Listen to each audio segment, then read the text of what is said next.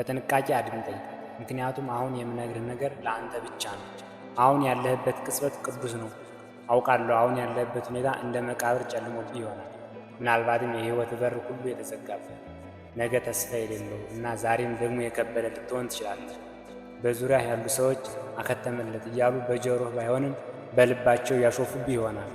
የውስጥ ድምፅ እንኳን ሳይቀር በለሰለሰ አንደበት ተስፋ ቁረጥ፣ ካሁን በኋላ ምን ትሆናለህ?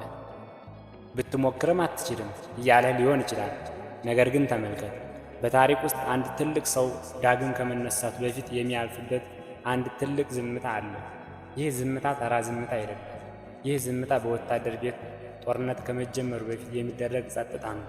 ይህ ዝምታ አንበሳ አድፍጦ ከመዝለሉ በፊት የሚያሳየው ጸጥታ ነው። አብዛኛው ሰው ይህንን ዝምታ መጨረሻ ይመጣ ብሎ ይሳሳታል። በደረታቸውም ላይ የሚጫናቸው የጭንቀት ክብደት ይሰማቸዋል። ትንፋሽ ያጥራቸዋል። ግድግዳ ሁሉ እየተደረመሰባቸው እንደሆነ ያስባሉ። ታሪካቸው እዚህ ጋር በውርደት እንደተዘጋ ያምናሉ። ነገር ግን ዓለም ፈጽማ የማትነግርህ አንድ እውነታ ዛሬ በአዲስ ማንነት ቻናላችን እነግርሃለሁ። ያ ዝምታ የቀብርህ አይደለም። ያ ዝምታ አንተ የምትቀረጽበት የእቶን እሳት ነው። ይህንን ምስል በጭንቅላትህ ሳል። አንድ ብረት ጠንካራ ሰይፍ ከመሆኑ በፊት ወደ እሳቱ ውስጥ ይገባል። እሳቱ ውስጥ ሲገባ ብረቱ ይጮኻል፣ ቀለሙን ይቀይራል፣ ይቀልጣል። ከዚያም በከባድ መዶሻ ይመታል። ያኔ ብረቱ ተሰበርኩ ብሎ ያስብ ይሆናል። ነገር ግን ባለሙያው ብረቱን እየገደለው ሳይሆን ቅርጽ እየሰጠው ነው። አንተም አሁን እሳቱ ውስጥ ነህ። መዶሻው እየመታህ ነው። ነገር ግን የሚሰበረው አሮጌውና ደካማው ማንነት እንጂ አንተ አይደለም። ማንም ሊነካው የማይችለው ስብዕናን የገነባው ሰው ሁሉ አንተ አሁን የቆምክበት ቦታ ላይ ቆሞ ነበር፣ እየተንቀጠቀጠ እየደማና ጨለማው ያሸነፈው እየመሰለው። ታሪክ የሚያስታውሳቸው ጀግኖች እና በዝምታ የሚነግሱ ኃያላን ሰዎች የሚለዩት በዛች የመጨረሻ የጨለማ ቅጽበት እሺ ብለው ባለመቀበላቸው ነው። መሸነፍ ምርጫቸው ስላልሆነ ብቻ ሳይሆን መሸነፍን እንደ ስልጠና ስለቆጠሩት ነው። ይህ ተራ ቪዲዮ ሳይሆን የጥንካሬ መሐላ ነው። እንደዚህ ያሉ ማንነትህን የሚገነቡ ትምህርቶች እንዲደርሱ አሁኑኑ ሳብስክራይብ አድርግ። ይህ ብርሃን ለሌሎችም እንዲደርስ ደግሞ ላይክ በማድረግ አግዝ። ወደ አዲስ ማንነት እንኳን በደህና መጣህ። አሁን ወደ ማኪያቬሊያዊ የኃይል ምስጢር እንጓዛለን። ይህንን ዝምታ ለመረዳት ግን መጀመሪያ ዓለምን ካለበሰችው የውሸት ልብስ ገልብጠን ማየት አለብን። ብዙዎቻችን የተሸነፍነው ዓለምን እንዲህ መሆን ነበረባት ብለን ስለምናምን ነው። ማኪያቬሊ ግን አንድ አስደንጋጭ እውነታ ይነግረናል። አሁን ዓይንህን ግለጥ እና ዓለምን እንዳለች ተመልከታት። በልጅነትህ በሰማው ተረት አትመራ። ታታሪ ሰው ሁልጊዜም ይሸለማል፣ ጥሩ ሰዎች ሁልጊዜ ያሸንፋሉ፣ ወይም ዩኒቨርስ ሁልጊዜ ለተበደለ ሰው ካሳ ይከፍላል የሚለው ውሸት ነው እስካሁን ያዳከመ። ይህ የመጀመሪያው ውሸት በውስጥ የፈጠረው ፍትሐዊነትን የመጠበቅ በሽታ። ዓለም ስትዳከም እንድትደነግጥና እንድትሰበር ታደርግሃለች። ዓለም ፍርድ ቤት አዳራሽ አይደለችም። ማንም ዳኛ መጥቶ አንተ በድለሃል፣ አንተ ደግሞ ተበድለሃልና ካሳ ይገባሃል አይልም። ዓለም በጨዋነት ልብስ የተሸፈነች የጦር ሜዳ ናት። ኒኮላ ማኪያቬሊ ይህንን ከ500 ዓመታት በፊት ተረድቶት ያለምንም ፍርሃት ጽፎታል። ምክንያቱም ዓለም ፍትሐዊ ናት ብሎ ማሰብ ጥሩ ሰዎች ያላቸውን ነገር ሁሉ፣ ክብራቸውን፣ ንብረታቸውንና የሚወዱትን ሁሉ እንዲያጡ የሚያደርግ ትልቁ ወጥመድ እንደሆነ ያውቃል። ዙሪያህን ተመልከት። ብዙ ጊዜ ድምፃቸውን ከፍ አድርገው የሚጮኹ ሰዎች ትልቁን ሽልማት ሲወስዱ ይታያል አይደለ? ተንኮለኞች ወደ ላይ ሲወጡ፣ ደጎች ግን ስለ ፍትህ እጦት ሲያማሩ እናያለን። ይህ ጭካኔ አይደለም፣ ይህች ተፈጥሮ ናት። ተፈጥሮ ደካማውን ትበላለች፣ ጠንካራውን ታነግሳለች። አንበሳ የሚዳቋን ሲበላ ፍትሐዊ አይደለም ብለን አናስብም፣ ምክንያቱም ያ የተፈጥሮ ሕግ ነው። በሰዎች ዓለምም ውስጥ ሕጉ ተመሳሳይ ነው። ልዩነቱ ግን እኛ ጭካኔያችንን በሱፍና በካራባት መሸፈናችን ብቻ ነው። ይህንን እውነታ በቶሎ በተቀበልህ ቁጥር በውሸት ተስፋ የምታቆስላቸው ቁስሎችን መዳን ይጀምራሉ። መመረጥን አትጠብቅም፣ መታየትን አትጠብቅም። ዓለም አንኳኩታ ይቅርታ ደብዳቤ እስክትሰጥህ አትጠብቅም። ያ ቀን ፈጽሞ አይመጣም። የሚመጣው ሌላ ፈተና፣ ሌላ ክህደት፣ ሌላ ማንነት የመሰበር ውጤት ነው የሚመጣው። እና በዛ ጠዋት ሁለት ምርጫ አለ። ስለ ፍትህ እጦት ማልቀስ ወይም ያንን እጦት እንደ መሳሪያ መጠቀም። ደካሞች ዓለም እንዲህ መሆን ነበረባት እያሉ ሲያልሙ፣ አንተ ግን ዓለም ያለችበትን መንገድ ተረድተህ በዛ ውስጥ መንገስ ያለበት። ማኪያቬሊ አንድ ትልቅ ምስጢር ይነግረናል። ፍትሐዊ ያልሆነች ዓለም ለቆራጥ ሰው ትልቅ ስጦታ ናት። ምክንያቱም ዓለም ፍትሐዊ ካልሆነች ሕጎች ሊታጠፉ ይችላሉ ማለት ነው። ጠላቶች ዓለም ትፈርዳለች ብለው ተኝተው ሲጠብቁ፣ አንተ ግን መሳሪያን ትስላለህ። ዓለም ፈቃድ እንድትሰጥህ መለመኑን አቁም። ዙፋኑ ባዶ ነው። የሚጠብቀው ፈቃድ የሚጠይቅ ሳይሆን በጉልበት የሚወስደውን ሰው ነው። ዓለም የጦር ሜዳ መሆኗን ካወቅ በዚህ ጦርነት ውስጥ የምታገኘው ስቃይ ደግሞ ምንም እንደሆነ መረዳት አለብህ። ስቃይ ሊያጠፋህ የመጣ ጠላት ሳይሆን ሊቀርጽህ የመጣ ባለሙያ ነው። እስኪ ስቃይን በማኪያቬሊያዊ ዓይን እንየው። አሁን ስለ ስቃይ በጥልቀት መነጋገር አለብን። ምክንያቱም ስቃይ ልትደልለው፣ ልታስቆመው ወይም ልታታልለው የማትችለው ብቸኛ ታማኝ አስተማሪ ነው። ኃያላን ሰዎች ከስቃይ ጋር እርቅ ያወረዱ ዓለም ከእነሱ ጋር እርቅ ከማውረዱ ከረጅም ጊዜ በፊት ነው። አብዛኛው ሰው ስቃይ ሲመጣበት ይደነግጣል፣ ለማስታገሻ ይሮጣል፣ በማኅበራዊ ሚዲያ ስክሮል እያደረገ ሊረሳው ይሞክራል፣ ወይም በጩኸትና በትርምስ ውስጥ ይደበቃል። ለዚህ ነው ብዙዎች ገና ለስላሳ የሆኑ። ለዚህ ነው ገና ብረት መሆን ያለባቸው ቦታዎች ላይ እንደ ጥጥ የላላ ማንነት ያላቸው። አድምጠኝ፣ ስቃይ ጠላትህ አይደለም። ስቃይ አንተን የሚቀጠቅጥ ብረት አቅላጭ ነው። ብረት አቅላጭ ብረቱን የሚመታው እንዲሰበር ፈልጎ አይደለም፣ ቅርጽ እንዲይዝ ፈልጎ እንጂ። ስቃይ እስክትጋደል ድረስ ያነድሃል። ከዚያም ሊሰብረው የማይችለውን ቅርጽ እስክታወጣ ድረስ ይደበድብሃል። እያንዳንዱ አንጀትህን የበላህ ክህደት ያንተ የመዶሻ ምት ነበር። እያንዳንዱ ፊት ላይ የነደደ የውርደት እሳት ያንተ የእቶን እሳት ነበር። እያንዳንዱ እንቅልፍ አጥተህ ጣሪያውን እያየህ ለምን እኔ ብለህ የጠየቅከው ምሽት በጨለማ ውስጥ ሰይፍ የሚሳልበት የመጥረጊያ ድንጋይ ነበረ። ያኔ አላስተዋልክም ይሆናል፣ አሁን ግን ማስተዋል አለብህ። ማኪያቬሊ አንድ ትልቅ ምስጢር ያውቅ ነበር። ተሰቃይቶ ያለፈ ልዑል በውርስ ስልጣን ላይ ከወጣ ልዑል ይልቅ እጅግ አደገኛ ነው። ምክንያቱም ስቃይ መጽሐፍ ሊያስተምሩት የማይችሉትን ጥበብ ያስተምራል። ስቃይ ምንም ጥቅም በሌለበት ጊዜ ማን ታማኝ እንደሆነ በግልጽ ያሳያል። የትኛው ቃል መርዝ፣ የትኛው ደግሞ መድኃኒት እንደሆነ ይለይልሃል። ምቾት ቀስ በቀስ የሚገድል ሰላማዊ ገዳይ ሲሆን፣ ስቃይ ግን ጨካኝ ግን ታማኝና አሰልጣኝ ነው። ስለዚህ ለቀለለ ሕይወት መጸለይን አቁም። ይልቁን ለጠነከረ ጀርባ ጸልይ፣ ለቀዘቀዘ አእምሮ ጸልይ። በክፍል ውስጥ ያሉ ሰዎች ሁሉ በአንተ ላይ ቢዞሩ እንኳ የማይደነግጥበት ጥንካሬ ጸልይ። መዶሻውን በደስታ ተቀበለው፣ እሳቱን በደስታ ተቀበለው። ማንም ምን እየሆንክ እንደሆነ በማይረዳበት በእነዚያ ረጅም የብቸኝነት ሰዓታት ውስጥ አዲስ ማንነትህን እየቀረጽክ እንደሆነ ወቅ። ምክንያቱም ከዚህ የእቶን እሳት ማዶ የሚቆመው አንተ ምንም አይነት ስድብ የማይበግረው፣ ምንም አይነት ኪሳራ የማይሰብረውና ምንም አይነት ጠላት ዳግም ሊነካው የማይችለው ብረት ነው። ስቃይ አጠንክሮ ቅርጽ ከሰጠህ በኋላ ያንን አዲስ ማንነትህን ለዓለም እንዴት ማሳየት እንዳለብህ ማወቅ አለብህ። ቅርጽህን ለጠላት እንዳሳየህ የት እንደሚመታህ ያውቃል። ስለዚህ አሁን መማር ያለብህ ስለ ጭንብል ነው። አሁን የሚገዙትን እና የሚገዙትን የሚለውን ትልቁን የኃይል ሕግ ተማር። ፈጽሞ ውስጥህን እንዳያነቡብህ አድምጠኝ። ለዓለም የምታሳየው ፍትህ ነፍስህ መሆን የለበትም፣ ስትራቴጂካዊ እንጂ። ብዙ ሰዎች የሚሰማቸውን ሁሉ ለዓለም ያፈሳሉ። ዓይናቸው ፍርሃታቸውን ይናዘዛል፣ አፋቸው ስለደረሰባቸው በደል ያማርራል፣ ቁመናቸው ደግሞ ከሰው ልጅ ፍቅርና እውቅናን ይለምናል።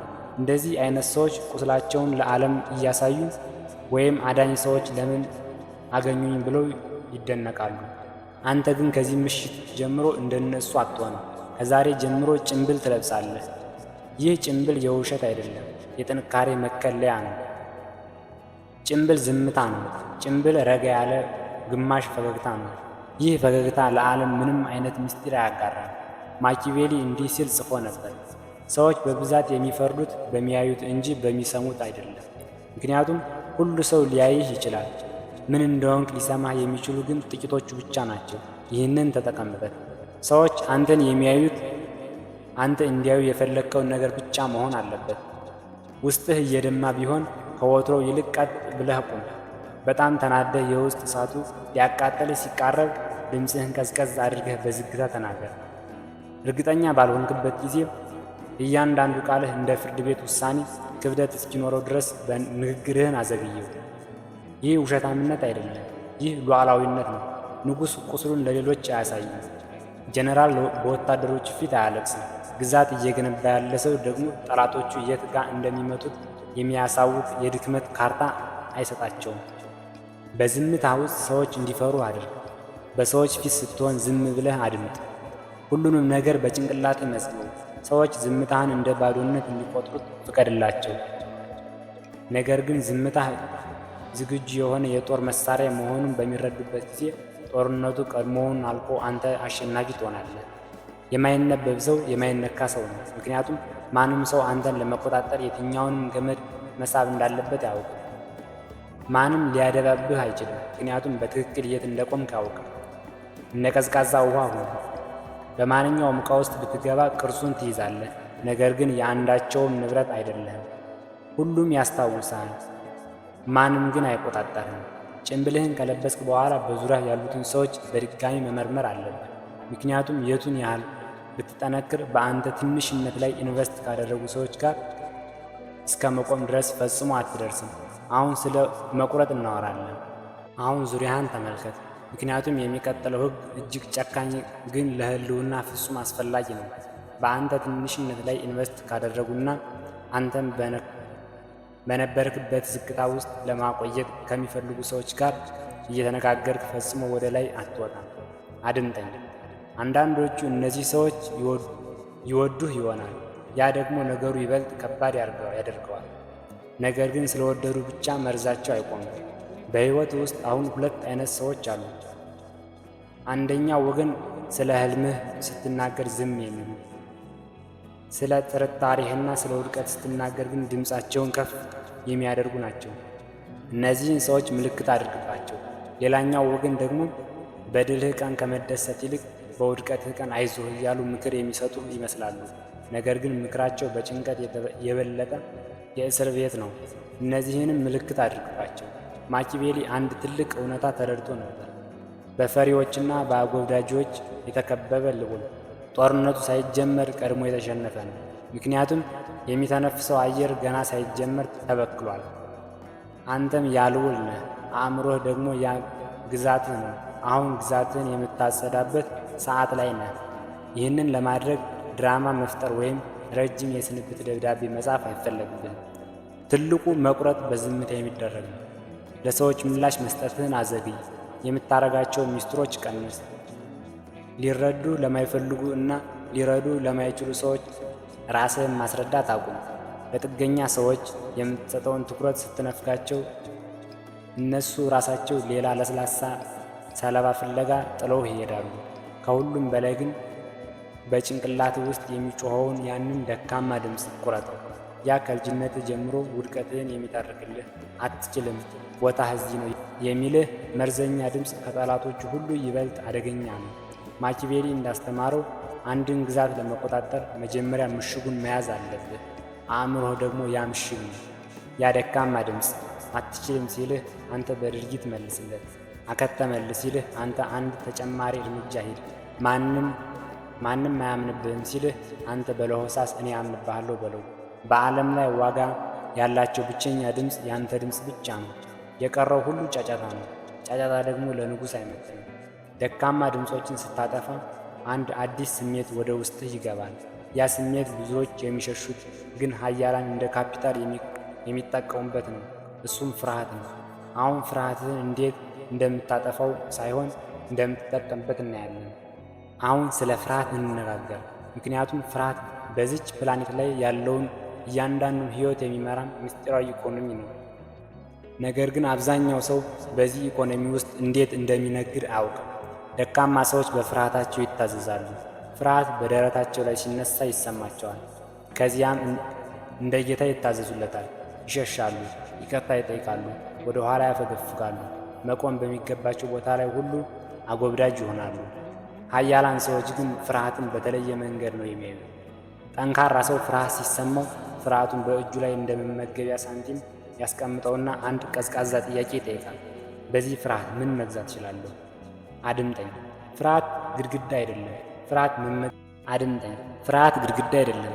ፍርሃት መመገቢያ ገንዘብ ነው።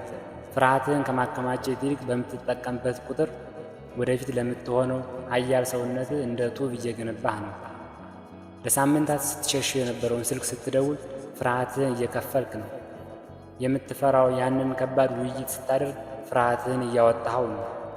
ወደፊትህ ላይ እንደ ተውሳክ ተጣብቆ የነበረውን መርዛማ ግንኙነትን ስታቋርጥ ፍርሃትህን እየከፈልከው ነው። በእያንዳንዱ የፍርሃት ግብይት ውስጥ አንተ ይበልጥ ባለጸጋ ትሆናለህ። ያ ባለጸግነት ደግሞ ከእንግዲህ በሚያስፈራኝ ነገር አልገዛም የሚል ጥልቅ በራስ መተማመን ነው። ማኪያቬሊ በታዋቂው አባባሉ ሁለቱንም መሆን ካልተቻለ ከመወደድ መፈራት ይሻላል ሲል ብዙዎች ስለ ጭካኔ ያወራ ይመስላቸዋል። ግን አይደለም። እሱ እያወራ ያለው ስለ ክብደት ነው። የገዛ ፍርሃቱን ያሸነፈ ሰው ገና ሳይናገር በዙሪያው ያሉ ሰዎች የሚሰማቸው አንድ ክብደት አለ። ሊያስፈራሩት፣ ሊደልሉት ወይም በብልሃት ሊቆጣጠሩት እንደማይችሉ ይረዳሉ። ያ ነው ሌሎች እንዲሰማቸው የምትፈልገው ፍርሃት። ያንተን የቁጣ ፍርሃት ሳይሆን ያንተን የመረጋጋት ፍርሃት። አስቀድሞ በገሃነም ውስጥ አልፎ ደረሰኝ ይዞ የተመለሰን ሰው የመጋፈጥ ፍርሃት። ስለዚህ ከሚያስፈራህ ነገር መሸሽ አቁም። አድነው፣ ማዕዘን ላይ አስገብተህ ያዘው፣ እናም ተጠቀምበት። እያንዳንዱ የተጋፈጥከው ፍርሃት አንተን የሚቆጣጠረውን ዓለም ያጠበዋል። አንተ የምትገዛውን ዓለም ያሰፋዋል። አንድ ቀን ዞር ብለህ ስታይ ድሮ ያስፈራህ የነበሩ ነገሮች ምን ያህል ትንሽ ነገር እንደነበሩ ታያለህ። ያኔ የምትስቀው ነገሮች ስለቀለሉ ሳይሆን አንተ ከነገሮች በላይ ስለገዘፍክ ነው። ፍርሃትን የመመገቢያ ገንዘብ ካደረግክ በኋላ ለረጅም ጊዜ የምትዘልቀው በጠቢባን ትልቁ መሳሪያ ነው። እሱም ጊዜ ነው። አሁን ስለ ነገሥታት ትዕግሥት እናወራለን። አሁን ከሁሉ የሚከብደውን ግን ደግሞ የኃያላን ሰዎች ሁሉ ትልቁ ምስጢር የሆነውን ዲሲፕሊን ተማር። እሱም ትዕግሥት ነው። ነገር ግን ተሳስተህ እንዳትረዳኝ። እዚህ ጋር እያወራሁ ያለሁት ስለ ደካሞች ሰነፍ ትዕግሥት አይደለም። ደካሞች ጊዜ ሲደርስ ይሆናል ብለው እጃቸውን አጣጥፈው ይቀመጣሉ። ኃያላን ግን አዳኝ የሆነ ትዕግሥት አላቸው። ይህ ትዕግሥት የሚፈልገውን በትክክል የሚያውቅ እና ያንን ነገር ለማግኘት ትክክለኛውን ሰዓት እስኪመጣ ድረስ በጨለማ ውስጥ ለወራት ወይም ለዓመታት ለመጠበቅ ፈቃደኛ የሆነ ሰው ትዕግሥት ነው። ማኪያቬሊ እንዳስተማረው ብዙ ታላላቅ ሥራዎች የሚበላሹት በችኮላ ነው። ቶሎ ለመታወቅ መፈለግ፣ ቶሎ ባለሀብት ለመሆን መጣር፣ ወይም ቶሎ ጠላትህን ለመበቀል መቸኮል። እነዚህ ሁሉ የደካማ አእምሮ ምልክቶች ናቸው። ዓለም ፍጥነትን ታመልካለች፣ አሁኑን ይሁንልኝ ባይነትን ትወዳለች። አንተ ግን የዚህ ሰለባ አትሆንም። አንተ ጊዜህን እንደ መሳሪያ ትጠቀመዋለህ። ድመት እንደምትጠብቀው አይጥ በዝምታ አድፍጠህ ጠብቅ። ሥራህን በዝምታ ሥራ፣ ዕቅድህን በዝምታ አውጣ። የምትናገረው ንግግር ለስትራቴጂህ ሲጠቅም ብቻ ይሁን። አድምጠኝ። ትዕግሥት ማለት ምንም አለማድረግ ማለት አይደለም። ትዕግሥት ማለት አስፈላጊውን ድርጊት ፍሬ እስኪያፈራ ድረስ ስሜትህን መቆጣጠር ማለት ነው። ጠላቶች ሲሳሳቱ ጠብቅ። ዓለም ስትናወጥ አንተ ግን እንደ ቋጥኝ ረግተህ ጠብቅ። ማኪያቬሊ እንደሚለው ዕድል እንደ እሴት ናት። የምትገዛውን በኃይልና በብልሃት ለሚጠብቃት ሰው ነው። ብዙ ሰዎች ገና ሥራ ሳይጀምሩ ውጤቱን ያወራሉ። ገና ሳይነግሱ ዘውዱን ይለካሉ። አንተ ግን ውጤቱ እስኪመጣ ድረስ የማይታ ይሁን። በዝምታ ውስጥ ጥንካሬን ገንባ። በዝምታ ውስጥ ሰይፍህን ሳል። ሰዎች አንተን የረሱ ሲመስላቸው ያኔ አንተ በጣም አደገኛ የምትሆነው ይሆናል። ንጉሥ የሚሆነው ሰው በዙፋኑ ላይ ከመቀመጡ በፊት በጭንቅላቱ ውስጥ ንጉሥ ሆኖ ለዓመታት ይኖራል። በዝምታ የታገሰ ሰው ሲነሳ ማንም ሊቋቋመው አይችልም። ምክንያቱም የእሱ ስኬት በአጋጣሚ የመጣ ሳይሆን ጊዜን እንደ መሳሪያ አዝዞ የፈጠረው ውጤት ነው። ትዕግሥት ፍሬ አፍርቶ አዲስ ማንነቱ ጎልቶ ሲወጣ ያንን ማንነት ማንም እንዳይነቀው የምታደርግበት የመጨረሻው ምዕራፍ ላይ ደርሰናል። አሁን ወደ ማይነካው ማንነት ግንባታ እንሄዳለን። የማይነካ ማንነት መገንባት ማለት ከሰው ተለይቶ በጫካ ውስጥ መኖር ማለት አይደለም። የማይነካ ማለት ማንም ሰው ያንተን ደስታ፣ ሰላምና ወደፊትህን የሚቆጣጠርበት ገመድ የለውም ማለት ነው። ይህንን ስብዕና በማኪያቬሊያዊ ብልሃት በአምስት በማይናወጡ ምሰሶዎች ላይ ትገነባዋለህ። አንደኛ፣ ፋይናንሳዊ ነፃነት። ለማንም ዕዳ አትኑር። ማኪያቬሊ እንደሚለው አንድ ሰው በሌላ ሰው እጅ ላይ የወደቀ ቀን ነፃነቱን ሽጧል። በሰው እጅ የምትኖር ሌላ ሰው በሚሰጥ ፍርፋሪ የምትተነፍስ ከሆነ ያ ሰው የፈለገውን ሊያደርግህ ይችላል። ስራህን ስራ፣ ገንዘብህን ቆጥብ፣ ለራስ የሚሆን ነፃነት ፈንድ ገንባ። ኪስህ ሲሞላ አከርካሪህ ቀጥ ይላልና። ሁለተኛ ስሜታዊ ጽናት። በሌላ ሰው ፊት፣ በሌላ ሰው ቃላት ወይም በሌላ ሰው ዝምታ አትረበሽ። ሰዎች ሲሰድቡህ ወይም ሲያናንቁህ የምትቆጣ ከሆነ ቁልፍህን ለእነሱ ሰጥተሃል ማለት ነው። ስሜትህ ያንተ የግል ንብረት ነው። ማንም ሰው ያለ ፍቃድ ስሜትህን እንዲነካው አትፍቀድ። የማይነካ ሰው ማለት ማንም ሊያናድደው የማይችል ሰው ነው። ሶስተኛ አካላዊ ጥንካሬ። አካልህ አእምሮ የሚታዘዝበት መሳሪያ ነው። ደካማ አካል ውስጥ ጠንካራ መንፈስ ማኖር ይከብዳል። አካልህ ሲጠነክር ሆርሞኖች ይንቀሳቀሳሉ፣ መንፈስህ አብሮ ይገዝፋል። ቀጥ ብለህ ስትራመድ በዓይንህ ውስጥ ያለው ኃይል ሰዎችን ያስቆጣል። ይህ ከቃላት በላይ የሆነ የማይነካ መልእክት ለዓለም ያስተላልፋል። አራተኛ አእምሯዊ ጥንካሬ። ጠቃሚ መጽሐፍትን አንብብ። የታሪክ መሪዎችን ስልት አጥና። ብቻህን የመሆንን ጥበብ ተማር። ብቸኝነት መሳሪያ እንጂ ጠላትህ እንዳይሆን አድርግ። በየቀኑ አዲስ እውቀት የምትቀስም ከሆነ ዓለም የምታመጣብህ አዲስ ወጥመድ ሁሉ ለአንተ አሮጅና ቀላል ይሆናል። አምስተኛና የመጨረሻው መንፈሳዊ ግብ። ለምን እንደምትኖር እወቅ።